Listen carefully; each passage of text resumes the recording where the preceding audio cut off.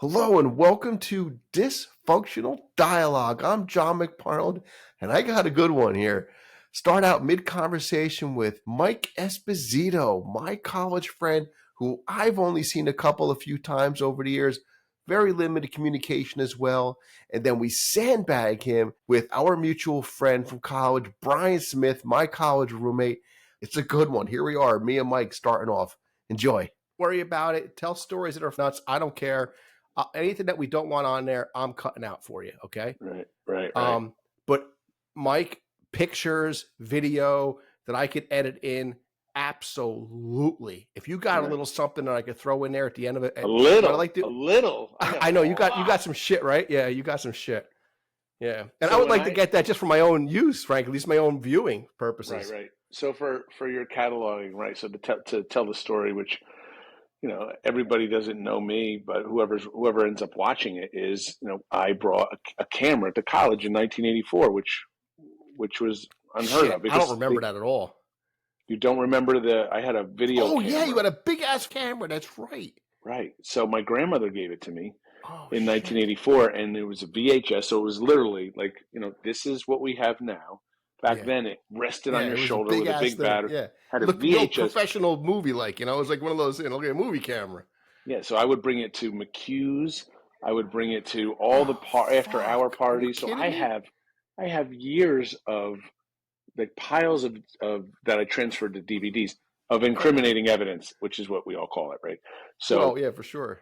So I ended up posting some stuff on Facebook. I saw one or two of them. Yeah. Right. And the response that you get is hilarious because you get people like throughout the whole spectrum. The responses are like, Espo, that is so awesome. Oh my God, to text messages, delete that now, please. Like, I have children. I have a job. Please take that off the internet. Right.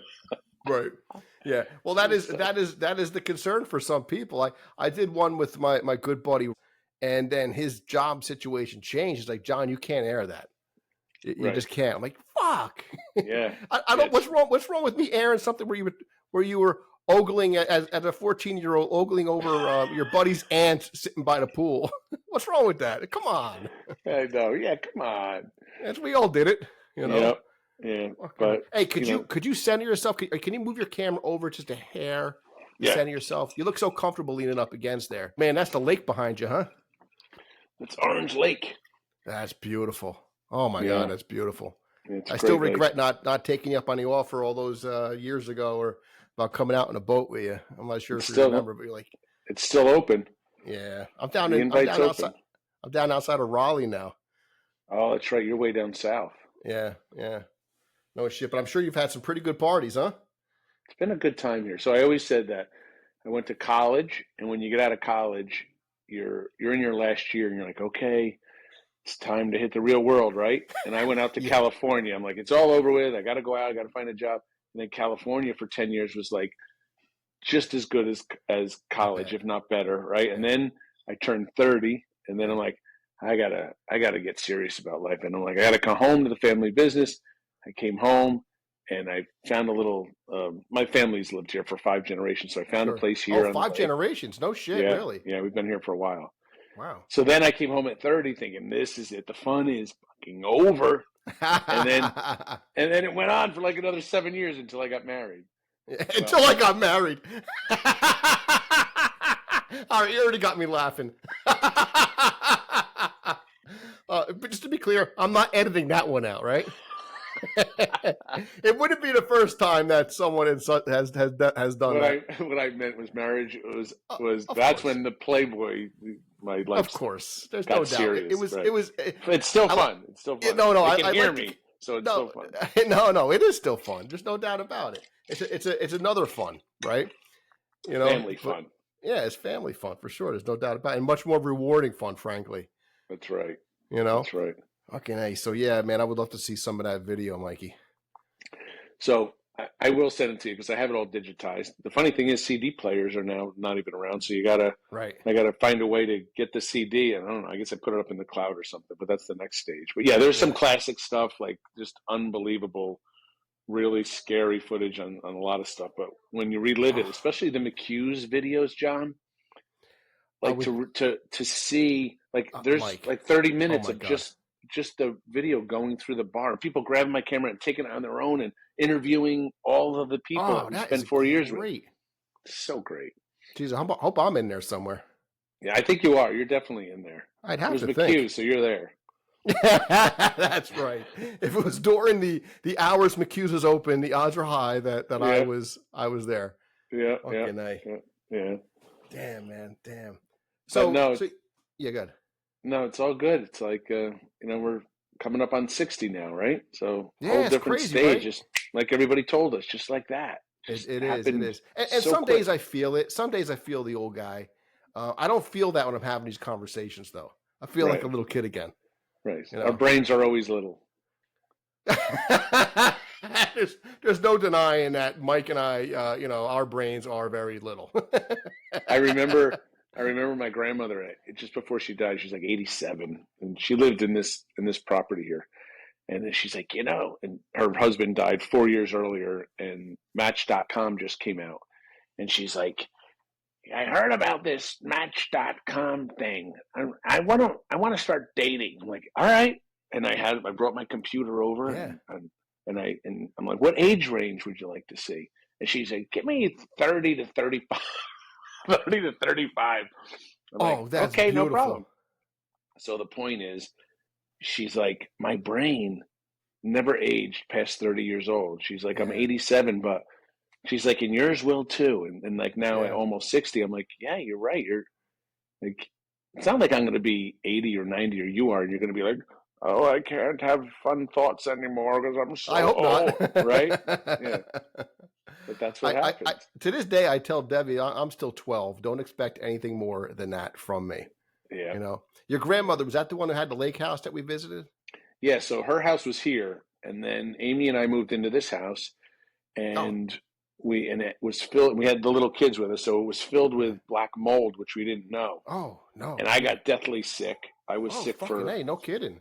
Yeah, I was crazy. It was so crazy. It was like I think what I got out of it was the story I tell is I get to say that I truly know what it's like to think you're dying for like 2 weeks. So the doctor said they did an endoscopy on me because I lost all this weight. I couldn't get off the couch.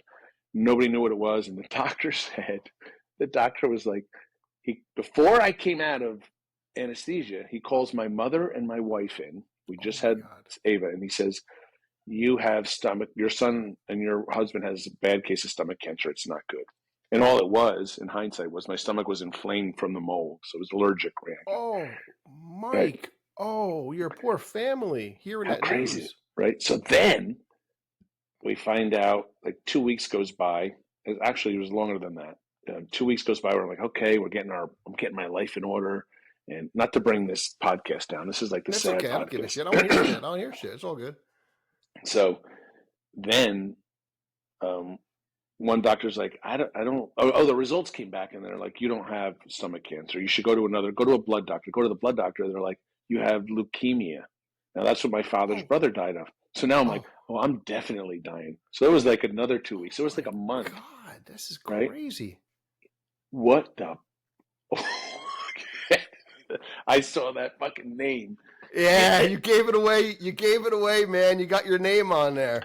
Wait a minute. He can't figure out how to use this. There's no way he knows how to use it. He's doing a surprise guest. He was going to fuck with you a little bit. He already busted, man. Hello? I saw that name.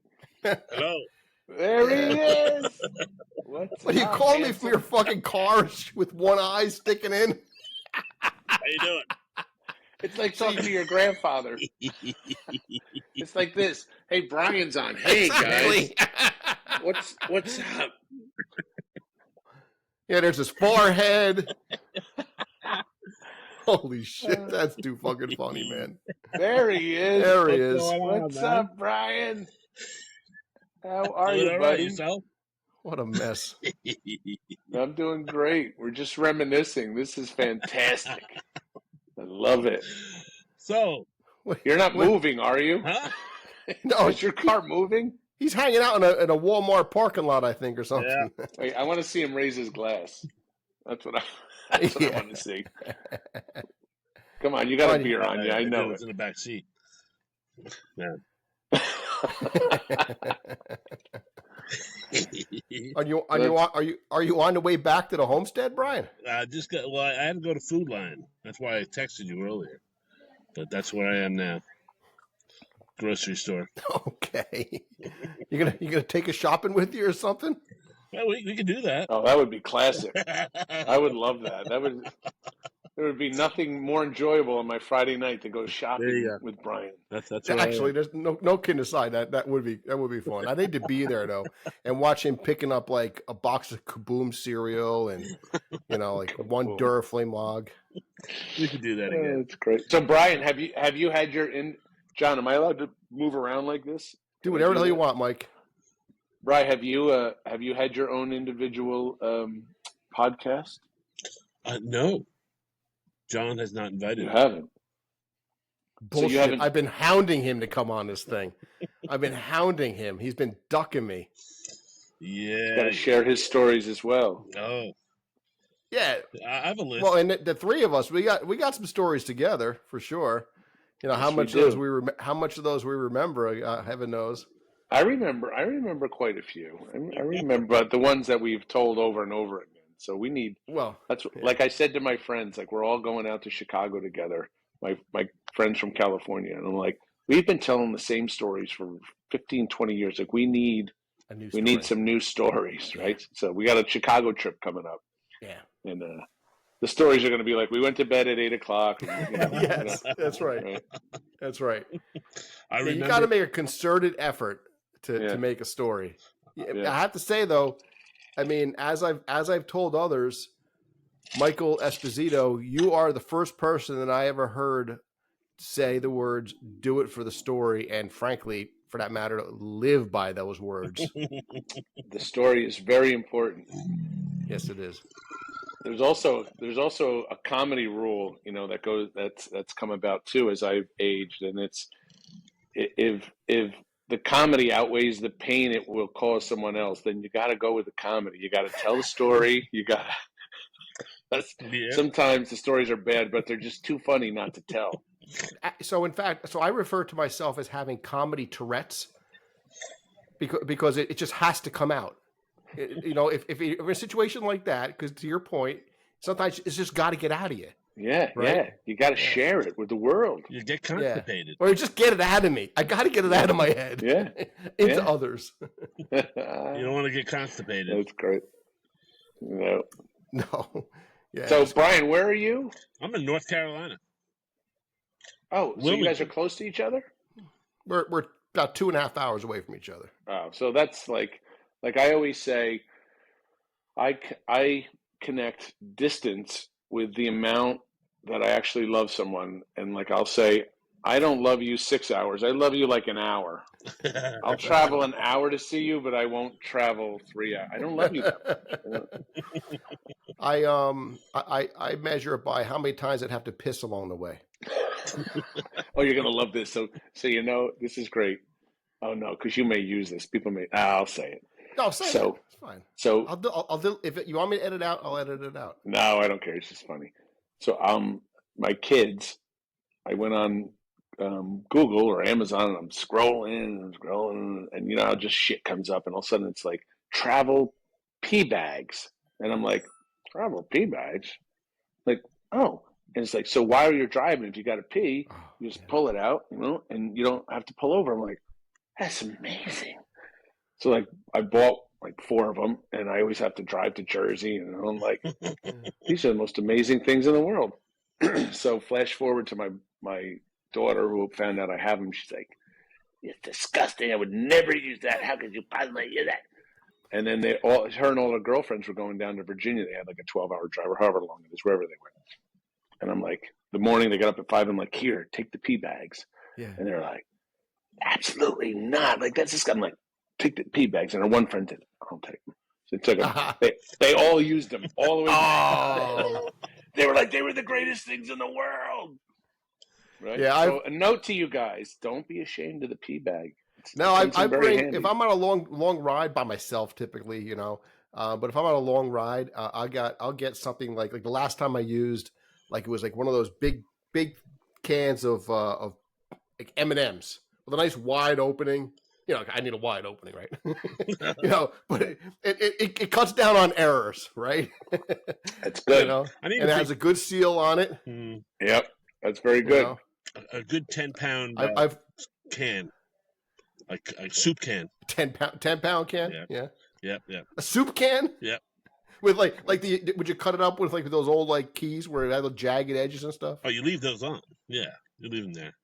Oh, is that right? Yeah, it's jagged for your pleasure. There you go. I was going to say that sounds pretty dangerous. Brian's into some weird things. Brian's got Band-Aids all over his cock. He's just like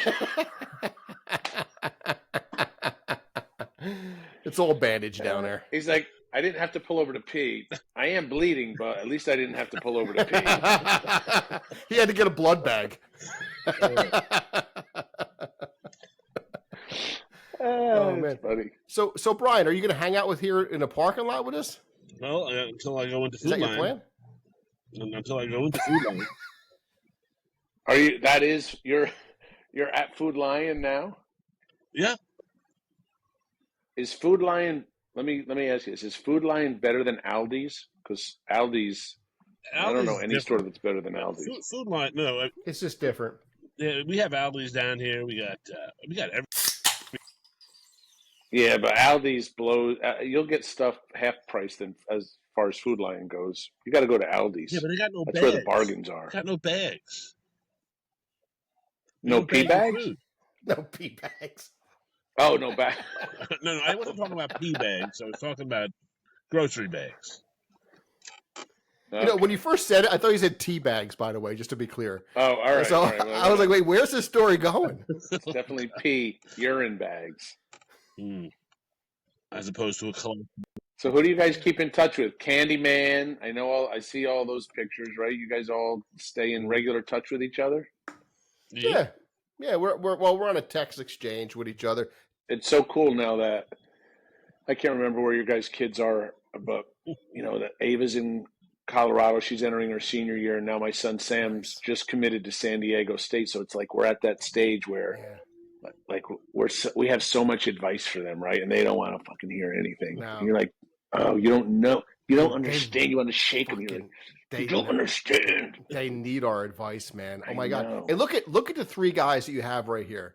I mean, I have to say, a wealth of advice, college advice, would come from these three heads. I mean, like a ridiculous amount of what to do and what not to do. Yeah, if you just took our picture, if you just took our screenshot right here and printed it out and said to the kids today, like, these three guys have so much advice for you, the kids would be like, you mean the guy that can't use a camera and he's in the parking lot? I can use a camera. How about the homeless guy in the parking lot? God. That's so funny. But yeah, I mean, we're at that stage, right, where it's like Ava just got back from Europe. She was traveling. They do the study abroad, like all the kids do. I mean, we never did that. I didn't know anybody that did that, but it's like a common thing now. You take a semester and then you go over there, and she's in Switzerland and Italy, and they just have the world by the balls. It's so crazy. They do. Except I don't know. I don't have the advice to tell them. Like, I don't know what to tell them in this point in time in the world.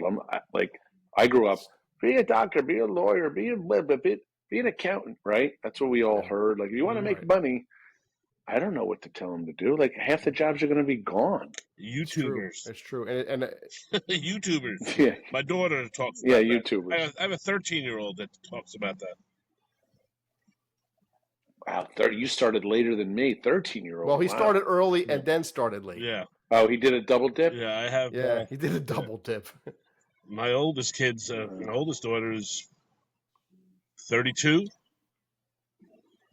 Wow. And then I got twin boys that are 20. Yeah, he started early and started late, yeah.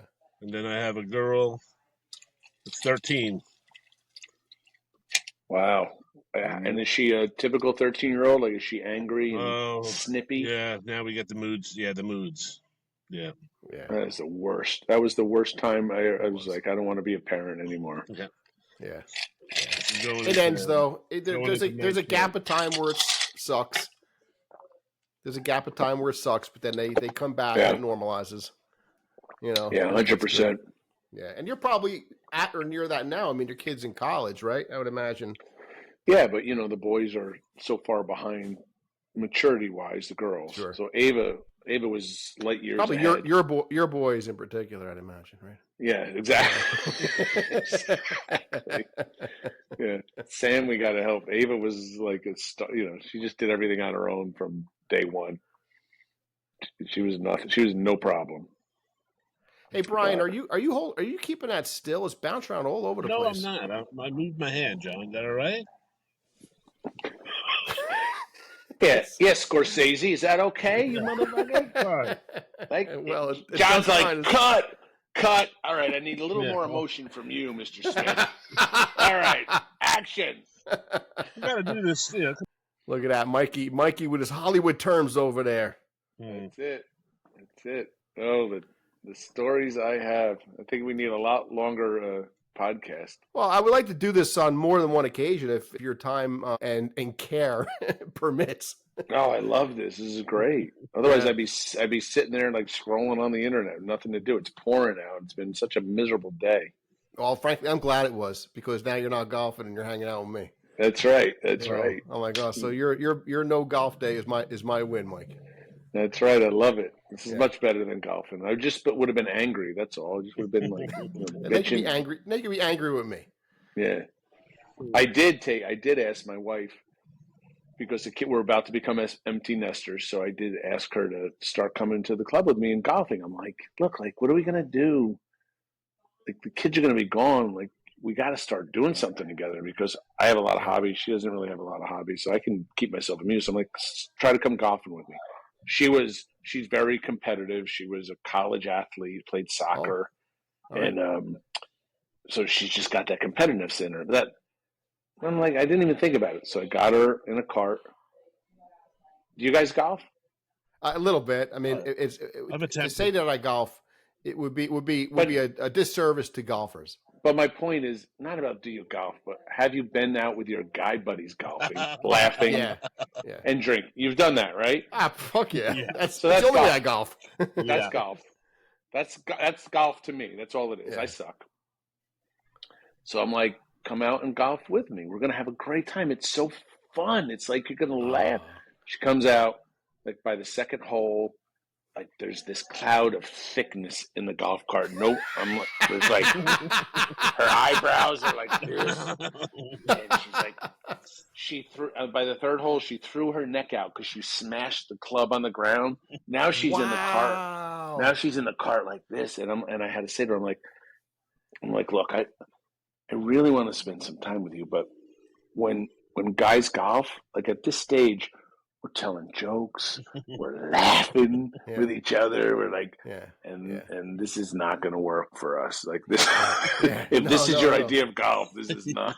No. Golfing for guys in the context that we're talking here it's not golfing. You're hanging out with the boys, and you just happen to be doing something between bullshitting, destroying somebody else's golf, and you're laughing your ass off. That's right, Brian. Right. That's right. Hey, do you guys ever talk to? Oh man, Smith just said to me, was it earlier today or it was earlier today? He goes, "You got to get Slick on there." You do. Oh my God, that would be epic. I mean, I talk to him once in a while on Facebook, but I haven't not in a while. Yeah, I do too on Facebook sometimes. Do you guys remember when I moved in with Freddie? So it was after Freddie. Freddie and I were a sophomore or junior year. I forget. Were roommates. I don't remember that. Well, I had to be sophomore year because it was out of O'Shea, and then he got an apartment and asked me if I wanted to move in. Anyway, long story short, Freddie and I were like, "What's the opposites? What's that saying?" Oh, absolutely, yeah. You're Felix and Oscar. Yeah, oh my there's God. no doubt about it. Yeah, because you're a wild man, and Fred's got a very regimented way of doing things. Yeah. So I thought you guys knew this, but anyway, so we spent a semester, I think maybe 2 semesters together. We didn't make it the whole year. It was like it was. I still love him. We still somewhat keep in touch, but him and Slacker are tight. But he was really? Like, he was so like he had his ways, I had mine. To where one of the things was he would always turn the heat up to like 78 degrees. So I'd come in and I'd be like Fred, this is week 2, Freddie, it's too hot. I can't. Week 3, Fred. I came home from McHugh's and I took the thermostat and I ripped it off the wall. Fucking threw it at his head. You fucking motherfucker! Oh, that's something else. Well, Brian brought up a story, so Fred was also a neat freak, if memory serves. He was everything had its place and that kind of stuff. And Brian had mentioned earlier, I'd forgotten all about this, how your room, the corner, do you remember what one corner of your freshman dorm room, you don't remember shit. One corner was the bottle breaking corner where you'd finish the beer and you'd smash it. We'd all smash it in the corner. And like you had, Brian reminded me, you had dents in the Chips wall. in the wall. And the shards of glass would just be lying there on the ground for like weeks, if not months. Yeah. What? Yes. Yeah. Zero memory of that. Yeah, you gotta love the oh yes. Fucking love that. Yeah. I love that. Yeah. The oh yes stories. Yeah, the oh yes stories are the best. So that was with Dave, who was a lot like Freddie. Yes. Yeah. Wound tight. Wound a little tight. Mm. Yeah. You know who I just reached out to on LinkedIn and he responded was Ken. Remember him? Oh yeah, sure, Kenny. Sure. How's he doing? We had a brief interaction because he stole my girlfriend. Anyway, but he right. Yeah. But remember him? He looked just like Richard Gere. Yeah, sure. Yeah. Right? Yeah. He was a funny guy. But he didn't make it through 4 years, right? He left. I don't remember. I don't know. Yeah, because we only knew him our freshman year, and then I think he kind of disappeared. Yeah, right? He might have been around for a little while. Well, I mean, you know how things were up there. So that school, Niagara University, back then anyway, it was, in a lot of colleges, you have fraternities, a bunch of fraternities, you have a bunch of cliques. There, it was just a mass of people having one big party for 4 years, pretty much. At least that's my memory of it. And the three of us, we hung out a pretty good amount our freshman year, right? And then Brian was gone sophomore year. You and I hung out somewhat sophomore year, and then we kind of both fell into these, slightly different friend groups. Right. But we would still, whenever we'd be out, we would meet up with each other and we'd be bullshitting and laughing. It was always just one big amalgam of people having a great time. Yeah. Brian, you were gone sophomore year? Where'd you go? Yeah. No, I was back and forth. I was up there. I sophomore year, was I there for half the year? Yeah, I was there. I mean, I would have swore you were with so. us for 4 years. No. Yeah. I was back there for half the year. I was there for half of sophomore year. The second half, then. No. Maybe. Yeah. The first half, no. I can't remember. So Brian and I... Yeah, that's true. John's telling him how long he was at Niagara. Hey, well, I remember because I had to find the new roommate. I had a brand new roommate beginning freshman year because Brian was gone. I would have continued, even though we had a couple of fights. I still would have been the happiest guy in the world to be a roommate with you. Wait. Freshman year in O'Shea? Yeah. What do you mean? So Brian wasn't there the whole year? Oh, he was there. He was there the whole year, freshman year, but sophomore year he was gone. I was there. Okay. Yeah. I was there the whole year. I was going to say, there's no way I would have remembered if he left half a year, halfway. But then I'd come back. I'd probably come up there about once a month. Okay. And visit. That's why 40 years later that I think that you were there all the time because you kept popping up. So I got to go to senior week. Yeah. You did. That was fun. Yeah. Yeah. I got special permission from Gumby. Remember Gumby? Yeah, we lobbied Gumby for the special permission to let Brian in for senior week. Like, come on, he's a staple here. Yeah. Come on. It wouldn't be the same without him. Oh, boy. But yeah, so the first half of freshman year, Brian and I were down the hall from you on the third floor, and we were actually right next door to the RA. And Brian and I were just always just up late, making a ton of noise, like moving. We would decide to like rearrange the furniture at 3:00 in the morning. Living We would had a fight there. We'd always have parties there. I mean, like, it was just always loud and uncomfortable for him. So when the guy who lived next door to you, the first half of freshman year, it was a one single guy in there, blonde hair, I forget what his name was. He didn't come back that second semester.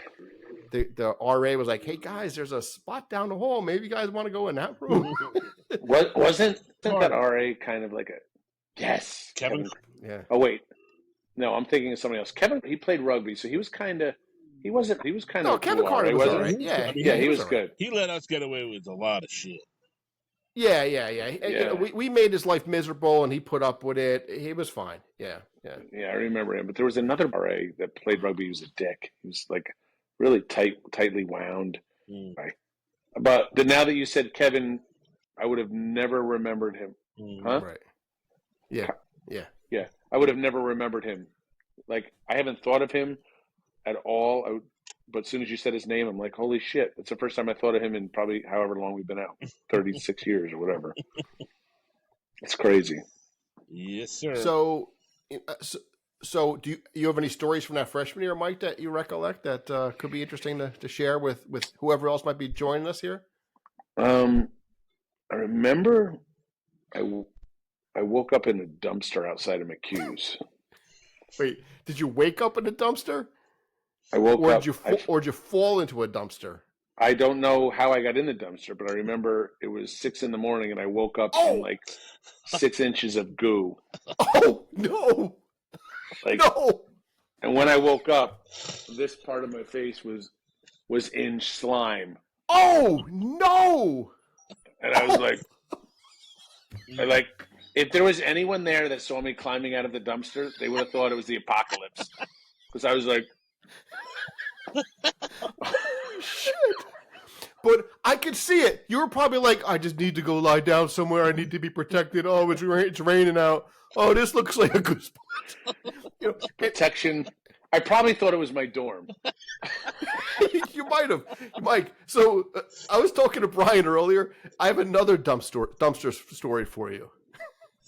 So I forget how or what, but in that same area by McHugh's or one of the adjacent bars, the three of us were hanging out, and it was really late. We were really sloppy, shocking. And you were climbing up on the dumpster, and you fell into it. And you cut your hand, and in the slime. So I'm not sure what's going on with you in the dumpsters, but I love my dumpsters. All these years later, it's working out well. So, I have another story. I'm not done. Okay. I'm not done. So we had to clean, your wound had to get cleaned out, right?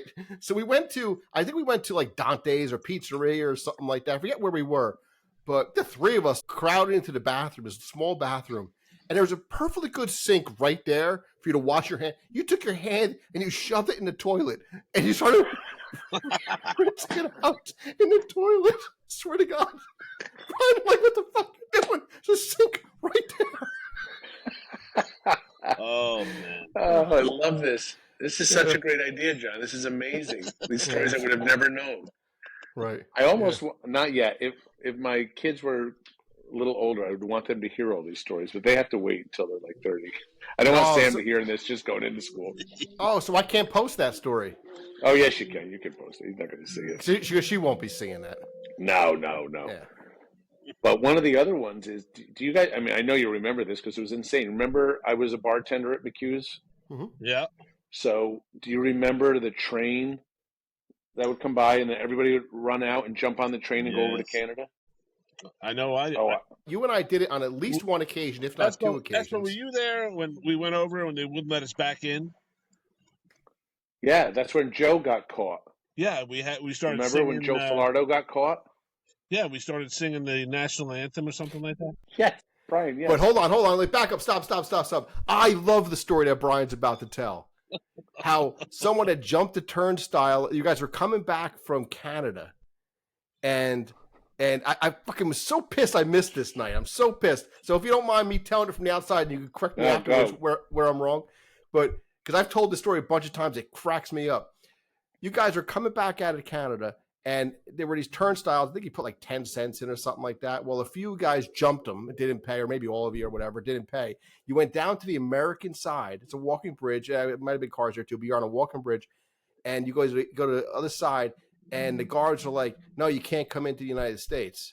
You're like, well, these are our IDs. This is where we, like, no, you got to go back to Canada to straighten things out with them. So you go back to Canada, and Canada was like, no, you can't come in here. You're right. I remember and then that. you guys got turned around again, went back to the States, and you were men without a country, right? You're right. And you're standing there, and you're pleading with the guys on the American guards, and then all of a sudden one of you started singing. You all broke in, "My country 'tis of the sweet land of liberty." I love that. I mean, just picture all you drunken Fs. Man, I love that story. The men without a country. Great. Yeah. Now you know the Canadian Border Patrol and the United States Border Patrol knew each other. Like, don't let them in. Here they come. Absolutely. Mess with these guys. Okay, don't let them in. Yeah. I don't know how many times you guys walk back and forth, but I just love that story, man. I remember. I would have never remembered that. Oh, that's a shame. That's one of my. That's like one of my favorite stories. But I remember it now. I was not part of. Yeah. But Brian, you're right. It's like I could be wrong, but I do remember like people coming in and yelling "train," and people would come out. Mm-hmm. So I remember many people jumping onto the train. Yeah. And I remember going over that gorge and just holding onto the ladder and like, I'm so drunk, letting my feet dangle with the 200 feet below us. Yeah. And then you get off and you go to the bars and then you come back. Yeah. I'm going to add a little flavor to that. I remember one of the times I did it, I was definitely with you, Mike. And so it's the middle of winter, it's Niagara Falls, it's ice cold outside. And one of us said train. So we thought, of course, this is a good idea. Let's go do this. And we're smashed now, or at least we're pretty drunk. It's pretty late in the evening. And we run outside. And I remember this one time we were running alongside the train and there was a shopping cart that I didn't see. And I went face first right in the shopping cart. I got all scraped up. I got up. I remember you looking back at me like laughing. And you get onto because I did it 3 times. You get onto the train, you hold on to the ladder on the side of the train, but you're coming out of a hot, sweaty bar, and you're coming into this ice cold metal. And I remember grabbing onto this and being like, ow, oh, and now you have to hold on to this ice cold metal, and you're going over the gorge, which is, I think it's like 180 feet high. And there's no guardrail. There's like this much room between the end of the train and the end of the bridge right below you. Yeah. No you guardrail. Fall off, you're gone. Yeah. Right. It's like one of those falls where you're like, right? And you look down at the white caps. These are like class 5, 6 rapids. Yep. And they look like they're like this big. They're like these giant rapids. They look like they're like really small little bumps. So you were way up there. Yeah. But I never thought I was in danger. I just thought it was like really super cool. Of course, that's probably the drinking. And when you're young, you're so damn stupid. You don't realize, how. Never worried one bit. It was the greatest thing ever, right? And like, then this is the easy way over. Right. And then, of course, we would go to the bars on the other side, strip clubs and such. And then people invariably always ask me, well, how'd you get back? Right. And there's a 10-cent bridge there. You just walk across. It's like, you just walked across there? Yeah. Were you guys with us when Joe didn't make it and we ran across the bridge and Joe Filardo got caught? And then he was like, we remember hiding in the side. And I just remember his big image, just like walking slowly. And then he got caught. And then we all went. And then like it took him forever. He had to walk home. It took him forever to walk back. Wait, he got caught by authorities? Yeah, somehow he got caught. On the Canadian side? Like walking across the bridge. He came under some lights. Is what unless my brain made up stories, came under the lights, and then we were waiting for him. We're like, come on, but then the cops caught up. I think I was there. I can't place it though. The cops caught up to him, and they took him to interrogation back then. And what was it? It's like, okay, college kid, but they made him walk, so he had to walk all the way. He had no money. He had to walk all the way back home. And I remember the next day he was like, oh, it was horrible. Yeah, well, he does that. Funny for us. Well, yeah, I told the story. I told the story on one of the podcasts. Story about Joe. I don't know if you ever heard about it, Espo. With Joe got lost in New York City. No. It's actually already been told on one of my podcasts, but it's a funny freaking bit. So, Johnny, you want a story? Do you remember this was sophomore or junior year, 86, so that was junior year, when the Mets won the World Series? Yeah. So it was at Niagara. Mets won the World Series. Yeah. A bunch of us, there was 3 cars. Everybody piled in at 11 o'clock at night after the series, after they won. And we're like, we're going to the ticker tape parade in New York City. Oh. Get in 3 cars. I can't tell you how, but there's probably 9 people in the 3 cars. We all caravan down. By the time we got to Rochester, 1 car got in an accident. Everybody was fine, but that car was out. They ended up like getting rides, and so they were gone. It was like a video game. It's like, all right, cross them off. They died. And forge on. Yeah, and then like one of the people in that car piled in our car. So now now there's 2 cars left. We go a little bit more. The second car of the 2 cars left breaks down. So now we have like 4 hours left. 2 of the people left. Another person. Now there's people sitting on laps in Ellen's Honda Brown Civic. So now there's like 8 people, like a clown car, 8 people in a car. The Civic. In a Civic. We finally get to the city. It took us like 11 hours to get there. Oh, my God. Pull up. We all get out. We're trying to find City Hall. We get to City Hall, and we come around the corner. It's like the parade just ended. Like we just missed it. Come on. So then we go back to her car. She gets in. The car doesn't start. Just dead. The car is dead. So we all ended up having to fly home. We all had to call our parents, like, not on the cell phone, obviously. Call our parents and be like, we need money because we. Oh, man. So 3 cars got annihilated in one trip. But that's college cars, right? They're not really built. You try to do it. You try to get places on like a little duct tape and, a little Bondo covering some rust and, hopefully you have enough money for gas, but it doesn't always work out. No. Espo, I got a question for you. What about, tell me something about Halloween at Niagara. Tell me about one of your first memories of Halloween at Niagara. Tell you about what? Mike, do you have any Halloween, we'll say Halloween costume stories that you want to share with us? So I think the well-known one, I don't know if you're talking about this. Yeah, probably. Is at Tommy Fennell's house with? Nope. No. Okay. No, let's hear that one. So I was Ernie and Bert. Letty and I were Ernie and Bert.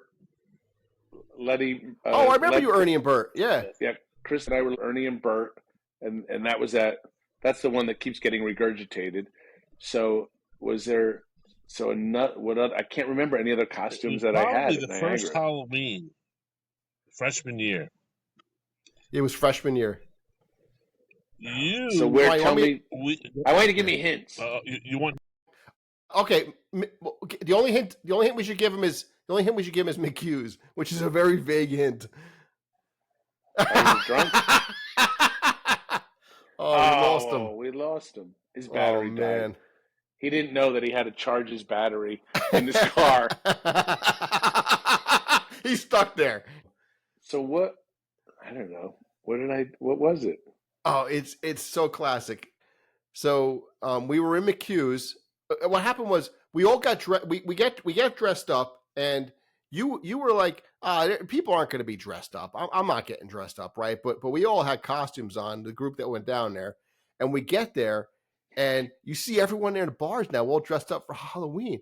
You're like, oh man, I got to do something. You're like, guys, hang on, stay here. I'll go into the bathroom. Don't let anyone come in. And you go into the bathroom, like, what the hell is he doing? I love the fact that he still doesn't know what the fuck I'm going to say. I love that. You come out of the bathroom in nothing other than your tidy whities. And that was your Halloween costume all night long. You walked around in your tidy effing whities